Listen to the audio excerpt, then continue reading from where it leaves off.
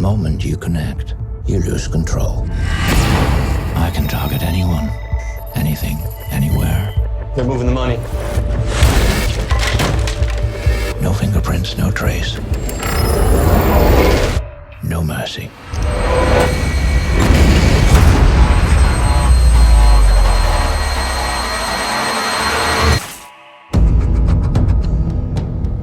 What do we know about this guy? Cyber criminal, blue reactor at Taiwan, and that's just what we know about? To catch this guy, we're gonna need a Blackhat hacker named Hathaway. He's a genius coder serving 15 years. If you want my assistance, I want you to commute my sentence. You have any idea how much progress you're gonna make on a strike this complex without someone like me? Zero. This isn't a negotiation. Well, I just made one. This is the code section right here. It looks incomplete. He's still writing, but what for? The guy we're working will take out a city and not think twice about it. Don't evoke 9/11 on me. Stay down! China, now Chicago. This is only the beginning. Is he political? Any terrorist declaration? No claim, no statement. So what does he want? This isn't about money. This isn't about politics. To you, this is all just a game. A virtual world.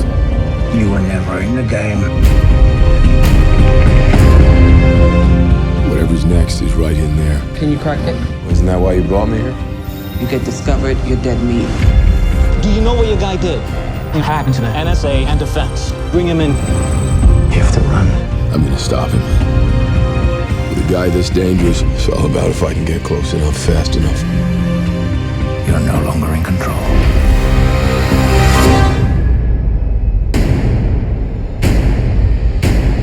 The real hit is still to come.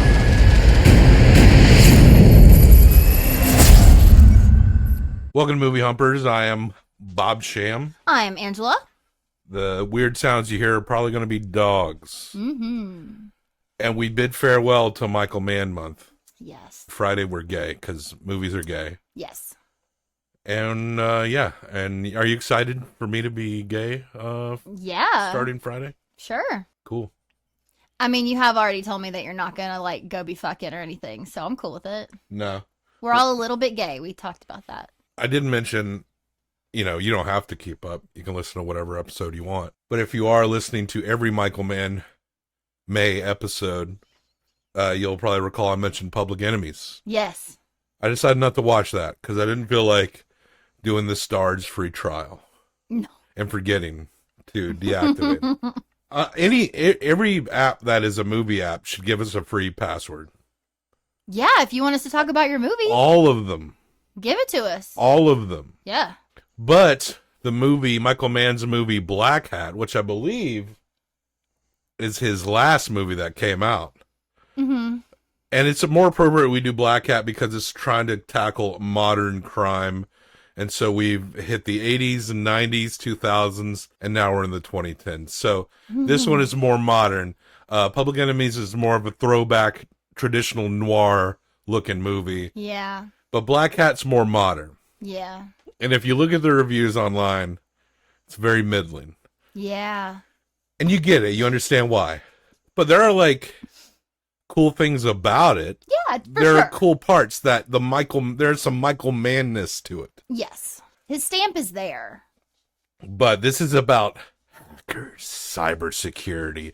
Someone has hacked the pumps at a Chinese nuclear power plant, and the shit went into meltdown, and the Chinese government has sent their agents to the U.S. to try to figure out, because they have discovered, one of the agents, the Chinese government agents, has discovered that some of the code that was used to hack these was partially written by him and his old MIT roommate, Thor.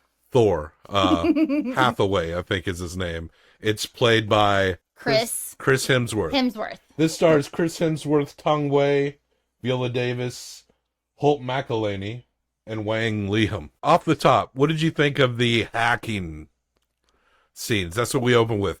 Hacking. It should have started. I wish it said, like in Johnny Mnemonic when it opens. The internet. And it says the internet. It's hard to show the internet. I really felt like Michael Mann was trying to do a modern version of the safe cracking in Thief, and it's just not the same. It's really harder to convey.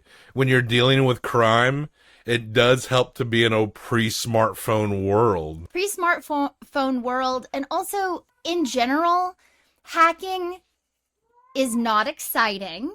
So... Not from an outsider viewing. I can see how it can be... To watch. Thrilling when you're doing it. Sure, but it's not thrilling to watch someone typing on a computer. So he does try to show visual images of that and also throw in a lot of actual physical action as well to kind of even it out, I think. Fair amount. Have you ever seen any movie that's like, this is what hacking is, where it represents this kind of thing, and you've walked away and be like, that's how it is? Mm-mm. When we're looking at computer monitors with code on them, it looks like gobbledygook to us, but I have no doubt that Michael Mann did the research like he always does with these movies and talks to real criminals, and he probably talked to real hackers and real former government agents about what they would do in certain scenarios. Yes. I have no idea that some research was done here.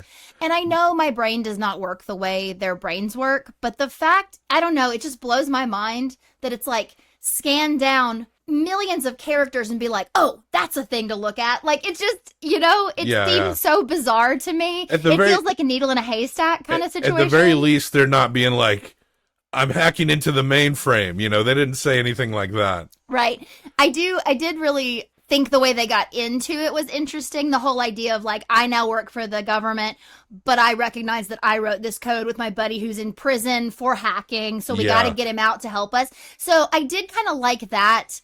We learned at the beginning that Hathaway had hacked. Yeah, he'd like gotten into like a cell phone and hacked to give everyone on his floor like $900 in commissary. Yeah. That's fucking good hacking. That's the kind of shit. Robin Hood hacking. Robin Hood hacking. But yeah, we find out that, he got caught and that's why he's in there. And for a second, I didn't realize they were going to like just let him out of prison. I thought he was going to be their man on the inside, like a Hannibal Lecter sort of thing. I thought we were going to maybe call back to some Manhunter kind of feels. No, I knew he was coming out because he's Chris Hemsworth. Right. He's not going to be like talking on cell phones from a prison. Yeah. He's going to be running around. But my initial problem is that, and look, no disrespect to hackers. I love you guys. You hack bros. Don't hack me. I love you. I support you. Anonymous, shout out. I really wanted them to rap because we see them that he's a hunky Chris Hemsworth. Yeah. And you get it. Like, if you're in prison, you ain't got shit to do but read and work out. Mm-hmm. And they show him literally doing both of those things. And I wanted them to say, like, maybe reference that, like, oh, he used to weigh 325 pounds. And then he got in trouble for hacking and then worked out in prison. There's only one person who has that look, and it's our big bad at the end. But they posit that all of these extremely smart computer people, the main character and his sister, and Chris Hemsworth, they're all like super hot computer engineers. I actually buy it from Chinese from the brother folk. Sister. Sure. The Chinese just got a grind set on a different level. Yeah. So that makes sense, and maybe that has to do with Asian stereotypes as to how I can so easily understand that. Racist. But I just said that Chinese people have the ultimate grind set, so that's a compliment. Okay, a bias. Yeah. It's like, I guess that's like saying, like, Jewish people are very funny. But I know Jewish people who are not funny, so Yeah. Anyway. I was trying to figure out how to throw in a woker than you are at you. Woker than you are. I hate that phrase so much, I couldn't even bring myself to say it seriously. You know what? I know a Jewish person who's the least funny human I know, woker than you are. I really wanted him to have a past that was weird. Like, maybe make him like a total weeb. Maybe when he's negotiating his release to hack back, that he demands that he has to bring his anime body pillow everywhere he goes. But they actually imply that he's always been hot, because he talks about how after college he got into a fight in a bar because he was hitting on a girl and a man stepped to him and they had like a fist fight, and he got in prison for like a couple years. This was during college. He didn't finish college, so he started with his friend. College. So then he gets out of prison. Yeah, so they set this up like, oh, Yeah. he's also kind of a badass. Yeah, he was always a badass. And so he gets out of prison. He doesn't have an actual degree, and he's been in jail for like 2 years. And so he becomes, what do they call it? Card reading or something? It's like he starts like, you know, stealing money from people, basically Yeah. stealing money from banks. Because, and you listen, when he explains it, I get it. Sure, You're not stealing sure. money from actual people. You're Yeah. stealing money from institutions that are fucking, it's secure. Banks or are insured. Banks are insured. They Yeah. explain that in the heat. Yeah. They're insured for these kinds I do of like things. that Michael Mann throws that in every chance he gets. I really appreciate it because I fucking get it. It's Michael like, Mann wants us to rob banks, whether it be digitally or in person. I think he's telling us to do that. I get it, Michael Mann. I'm just saying, Michael Mann, I hear it's you. okay to steal from institutions. Yeah. They're insured. When you hear people be like, don't shoplift from Walmart. That's why everything's so expensive. That's No. why they can't pay you more money. If you honestly believe that, you are such a fucking mark. You will believe anything that anybody with a thick billfold will tell you. Mm-hmm. But they're telling you that so you don't get to where they are. But you'll never be to where they are to steal. Steal. But my point is... But be careful. Yeah, of course. Chris Hemsworth, I feel like he should either be overweight or very skinny and pale. Like, that's the hacker stereotype, right? Full of energy drinks, Cheeto dust on his hands. Yeah. I'm not saying that every hacker can't be a buff dude, but in this kind of life, you're usually picking one or the other. Buff fighting badass or intense hacker bro. And I feel like when you're coming at it both ways... Yeah. then it's a little bit, I mean, yeah, this is movies, right? And you got Chris Hemsworth. I won't say the casting there is very inspired. I get it, 2015, he's trying to be a bigger star. He was Thor. He wants to get out there. I felt like he honestly didn't bring that much emotionally to the character, especially in the way that we've seen other people, even Collateral, which isn't as good as Heat and the ones that came before. You still had a connection to these characters. You don't really... or at least you understand their nature. Yeah. But I just didn't buy Chris Hemsworth in this role. Yeah. And so when you're in this position where you don't buy this character, it's like, okay, well, the way you would salvage this movie is if the rest of the movie goes balls to the wall crazy. Like you go insane crazy action, right? That could salvage it. But this is a Michael Mann movie. So the balls, when they hit the wall, they might hit the wall, but they'll be attempting to be as realistic as possible. I don't know. I think it went a little crazy. The thing that sucks is that it's hacker and hunk combined. Well, and what they do, the way they Fighting try to, hunk. I think, make you believe it is that he makes this deal where basically if he catches this person gets caught, he's free and clear out of jail. If he doesn't, he has to go back and finish 9 more years of prison. And so there's a desperation in that I think is like, yeah, I'm going to pick up a gun and try to shoot somebody because I don't want to go back to jail. And he's basically working right underneath Viola Davis and Holt McElhaney, who do fine. I know people love Viola Davis, and I haven't seen all her movies, but I feel like not even close. So maybe this has already happened, but I'm still waiting for the movie where she's in a third mode because I only see 2 modes. The straightforward, like this mode, this type is her mode. She's definitely got a little bit more heart in this movie, or she's just trying to be inspirational. Yeah. One of the actual genuine moments in this movie, though, was between those 2 characters for me, and it was when they're in the car alone, going to try to find everybody at the end, and they have like a real personal moment. Because her husband died in 9/11. Yeah, and he says, I'm going to ask you a question and you do not have to answer it. Who did you lose? Because she references that earlier, because her whole thing is, there's not that much plot, honestly.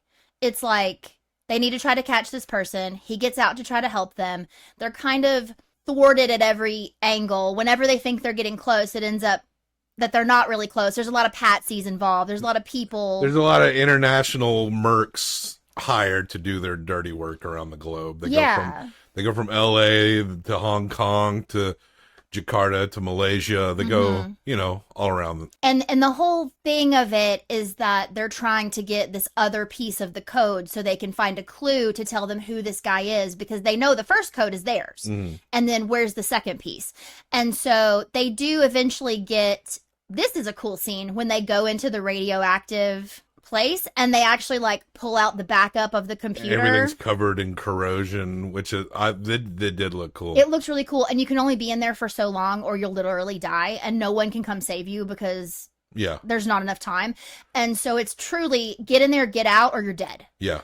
But again, he feels he has nothing to lose. Now listen, 9 years in prison versus dead, I don't know, but he pulls it off. And so they get a broken piece of the code. And then there's this moment where they try to get access to an NSA program to fill out the rest of the code, and they're denied. Yeah. Viola Davis is denied access. And so he basically says to her, I can get in it. I can hack into it. And she tells him to do it without saying do it, and then walks away so that she doesn't see him do it. But it's like this moral dilemma where, you know, her boss yells at her about it later, and she's like, I'm trying to prevent another catastrophe. Yeah. This is a buildup. And that was what I also thought was cool. They're like, it is sort of, I mean, he's sort of, it's like hunting a serial killer. It's like, this thing has happened and this thing has happened. What's the next thing that's going to happen? We have to get to him, figure out his next move before he gets to his next move, right? And she feels like she feels like it's more important to put her entire job and everything on the line to stop this person. But there's a shootout scene in Hong Kong where the police are on to, and they're made because they're monitoring. They see the reflection in the binoculars. So this dude who's survived like all these country civil wars and has been all over the globe, like in fucking hit squads and shit. Like they know he's sending messages. Yeah. So they're trying to like track him. So they're baiting. There's a big gunfight between the Hong Kong police. You know how a Michael Mann gunfight scene is. It's pretty good. But they had the hacker boy running with the gunman. You don't need the hacker boy in the firefight. That seemed to not make any sense. No, he should have stayed back with the sister. Even if that was his job. Even if he is a good fighter. What if he dies? You're hinging on finding this guy. Didn't make any sense. Like, he doesn't need to be there. No. At all. And of course, one of the Hong Kong cops gets killed and he picks up the gun and he can use it because he's anything you need in that moment. Yeah, that was another good Michael Mann moment, I felt like, because we did not know that man long. But it was really sad when he died. Yeah. Because they did establish like a rapport between him and, you know, the other folks once they went into like their safe house or whatever to try to crack this code. And yeah, when he died, it was sad. And I felt sad. Oh, and Hathaway hooks up with the sister of his old roommate. Like immediately. Pretty quickly. They start to hook up. So, and she's good at this shit too. She also works for the same agencies that her brother does in the Chinese government. What's hotter? Thor and the sister in this movie? Or Al Pacino and that bitch in Heat. Well, Al Pacino is such a better actor. Remember that opening scene where they're fucking in the blue light? Can we have Al Pacino and the girl from this movie? Ooh. Can we just switch? Get rid of Hemsworth, get rid of the Justine, and then just put a younger Al Pacino and this the Chinese agent. I'm down for that. Together, yeah. Yeah. So after they hack, they have to, it's a pretty cool scene where they trick the NSA guy into basically like phishing his code password, to get him to change the password. They pretend that they're the government telling him to change his password for security reasons. And so he does. And then they take the password and they use the Black Widow program to be able to repair broken data that they pulled from the plant. It was actually a pretty cool scene. That was so cool. And yet, that is cybersecurity 101. Yeah. If your boss sends you an email telling you to click on a link and you're not expecting that email, you need to call your boss and ask if it's legit before you fucking click it. Yeah. You don't do that. Every company I've ever worked for, not that many, but there's always an email from the CEO asking for something to be done with some money that is not real, because people always try that shit. This is probably how those credit check companies got hacked those years ago. Oh, probably. I don't know. Who knows? But it's like he's in SA. He's fucking dumb in that moment. But it's great. The government immediately realizes what happens, and they send word. The Chinese government is wanting to play nice with the U.S. government, and they feel like now that they know this has been narrowed down to Jakarta, that they don't need the Hemsworth guy. So, in good faith, the Chinese government wants to send Hemsworth back. The U.S. government wants to put him back in prison. Viola Davis and Holt McElhaney.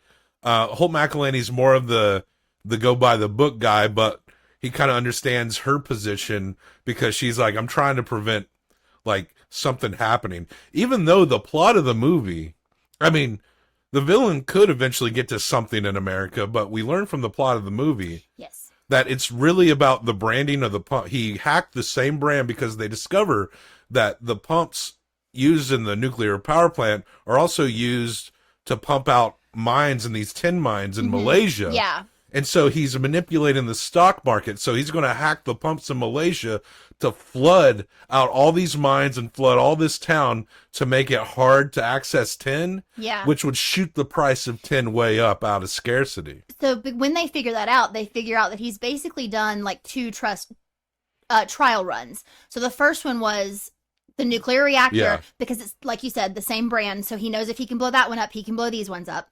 He like affects the coolant part. And the other thing is he skyrockets the price of soy. And that's how they find these like patsies, is because they look to see who sold their soy right before. Yeah. You know, like who got out right before it like went crazy, so that their shit would be worth a lot. And so that's how they track the money. So it is a lot of like tracking the money. It's not a Mission Impossible fuck the world to fuck the world kind of villain. It's there is like a fiscal motivation to Absolutely. it, which is good because that's what it should be. And it's interesting. It was interesting how they came to it, but now they're at this impasse, and Viola Davis is like essentially letting him be separated. So they go, and they're being hunted down by these men. And because the brother's like, I'm not turning you in, you need to run. So the brother and him are planning to go to Jakarta or Malaysia first, and they meet up with the sister, and they're trying to get the sister to just fuck off, the Hemsworth's lover. He white fangs her. Well, he tries to. And he gets her to step out of the car while her brother's in the car, and they're and he's like trying to talk to her, and he's trying to convince her, you just need to go. The fucking car explodes. Yeah, I knew in that moment because it was too sweet, too perfect. I thought explosion right before it happened. Yeah, and it was a pretty cool looking scene. It was. But there was some shaky cam stuff that you hated as well. There were in the worst shaky cam was in that first shootout scene, because they're kind of like running through alleyways and stuff, chasing each other with the cops and everybody. And yeah, it's total shaky cam bullshit. Yeah, shaky cam makes me feel nauseous. Now, I felt like Chris Hemsworth was not a great casting in this movie. No. I felt like he was kind of doing trying to do like a Brad Pitt impression. Yeah. Don't you think? Like the way he was talking in totally in the American accent. I did not dislike him as much in this as you did. I didn't think he was super fantastic, but I thought he did an okay job, but it's not the level that you expect in a Michael Mann movie. I would be very curious to see if he talked to anyone else. You don't connect with him the way you maybe connect with De Niro or I mean, maybe he's closer to William Peterson in Manhunter in terms of a guy who's just a little overtly capable. But at least in William Peterson in Manhunter was just very focused on just being that. And you understood who he was. And I think that's part of what you don't get. And Hathaway is like everything he needs to be. He can be like a detective. In whatever moment. He's the ultimate hacker. He's a badass fighter. So you don't have like that core of like, who is this guy? So if you got all that in one guy, unless you're watching fucking True Lies or some shit where shit's like off the fucking wall. Well, you're meant to know everything if you're a spy or something. But you I know? mean, like, but I'm just saying that movie's just crazy balls to the wall action. Yeah. The Michael Mann-ness of it tries to be a little more grounded. So a guy who's everything that you need kind of sticks out oddly in a Michael Mann movie. It does.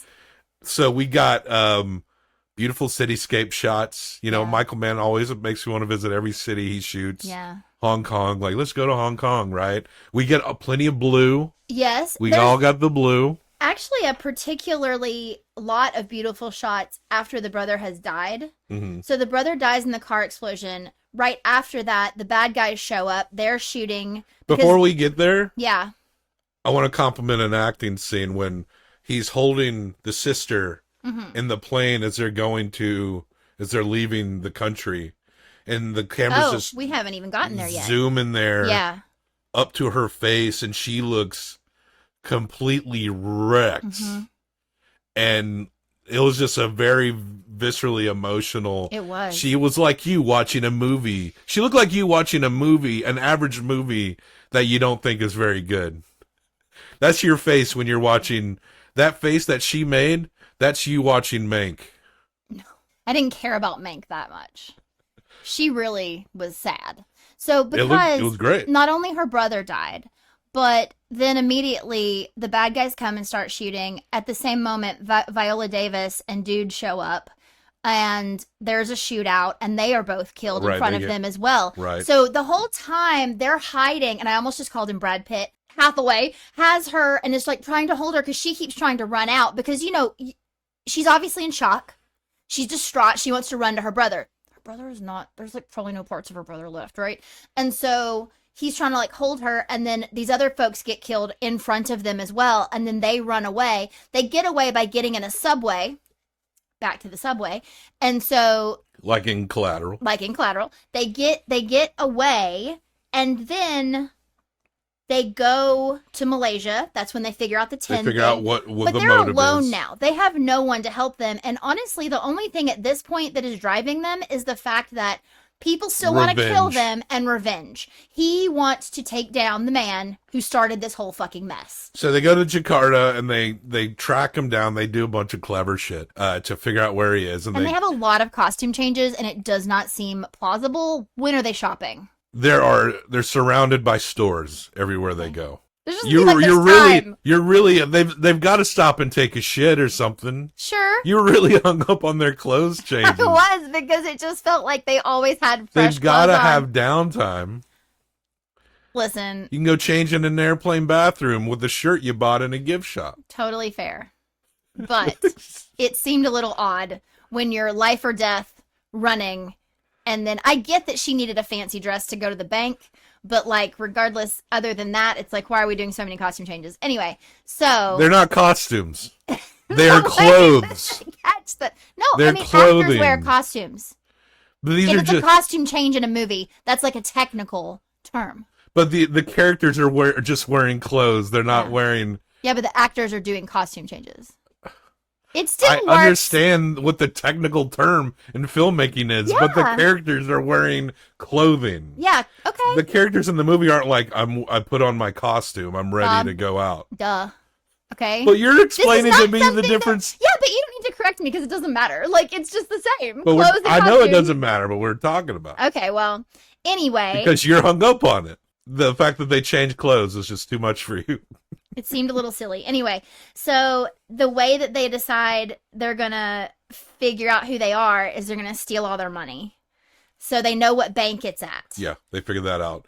And they take the money, and then he contacts the person, and they call them back. And he essentially does the Bugs Bunny, like, no, you're not. Yes, I am. No, you're not. No, I'm not. Yes, I am. And gets him to meet in person. And the dude is like some kind of portly Australian. He looks like some Australian beach bum retired, but he's a hacker guy. And that's great. At first I was joking, like, maybe, like, what if this is so, like, their RA from MIT who was angry that Hathaway got all the hot Asian pussy and he got no hot Asian pussy and he's mad.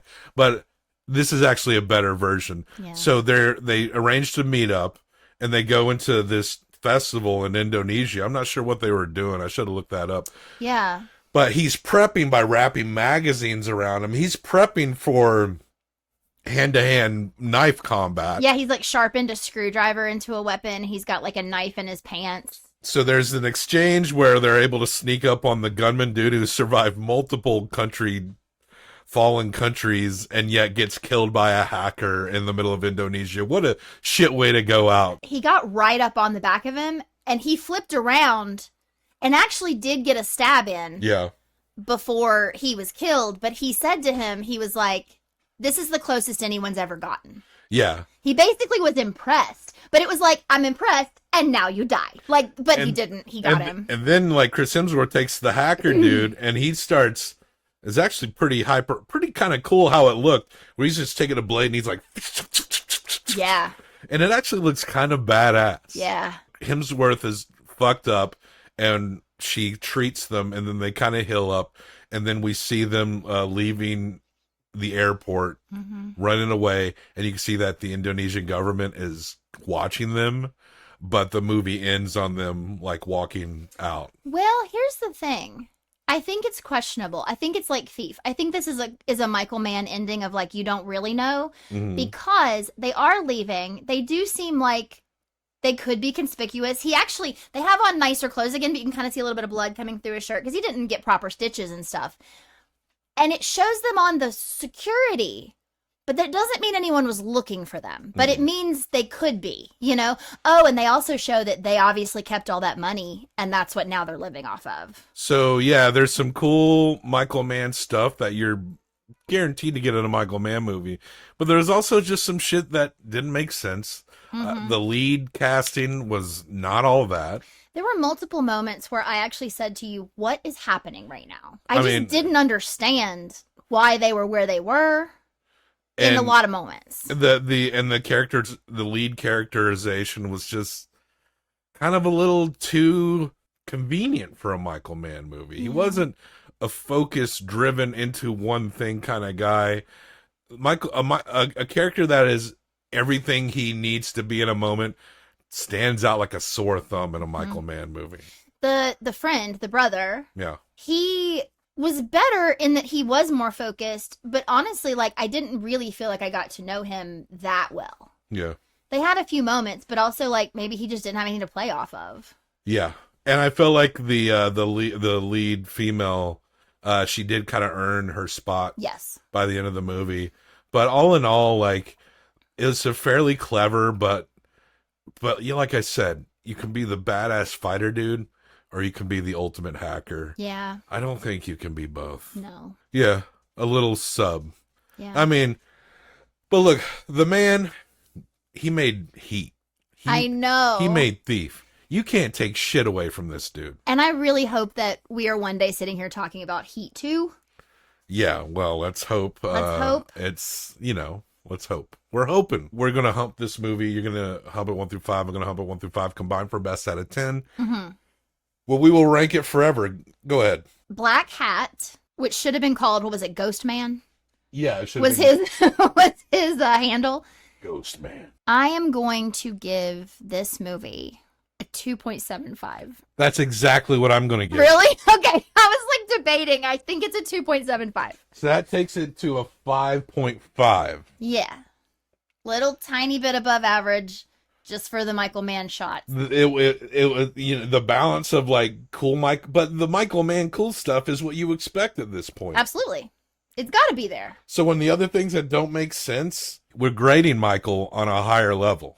Yeah, because he's proven that he is on another level. Collateral was flawed, but it was still something you could connect to the Max character. You understood the iciness of the Tom Cruise character. Yeah. There's not much here to grab onto compared to that. Even in Heat, where like you're not like some ultimate LAPD crime hunter. You're not Robert De Niro, but you understand their drive and their nature. Yeah, and how important it is to them. One of the things I've thought about a lot since Collateral is how that's not a normal role for Tom. Why can I not think of his last name? Cruise. Thank you. For Tom Cruise, that, him being the cold, calculating guy, I mean, from what we know about him as a person, that might be more realistic in life than in what we've seen of him in movies. And you would have hoped that he would have been able to pull out the same level of performance from Chris Hemsworth. Yeah. Maybe Hemsworth just done got it. I mean, I got the vibe that everyone's taking this shit seriously. Yeah. But no, I felt like you're right. I just don't think Hemsworth had the juice. But also, this was written to be a character who could do all those things. I don't even know what a recast would look like in this to be more believable. You know? You know, that's a good question, honestly. But this is a C-tier movie. Yeah. Where do we fall? We are between, it is below Mank, your most hated film of all time, and above Air. So it's between Mank and Air. Okay. I actually think that, to me, that makes sense. That does make sense. Look, Amanda Seyfried in Mank does make that movie better than this. I think a lesser director maybe could have gotten a B out of this. Like I said, the Michael Mann, we rate him at a high level. So, and this is his most middling movie that we've seen. Yeah. Of course, we didn't watch Last of the Mohicans. We didn't watch Ali. Public Enemies. We haven't seen that. Next May. Well, yeah. I think there's only like 3 movies we have left. But we could watch his made-for-TV movies. There's a couple of those. But other than that, like, he takes years between movies. Yeah. So we actually have discussed most of them, I believe. So yeah. As far as theatrical releases. But it was a good Michael Mann May. We got some good action. And I think he helped us establish what makes for good action in a movie. So I'm going to miss seeing all that blue. So check the show notes to see more of where to find us. Death to all traitors. Death to all traitors.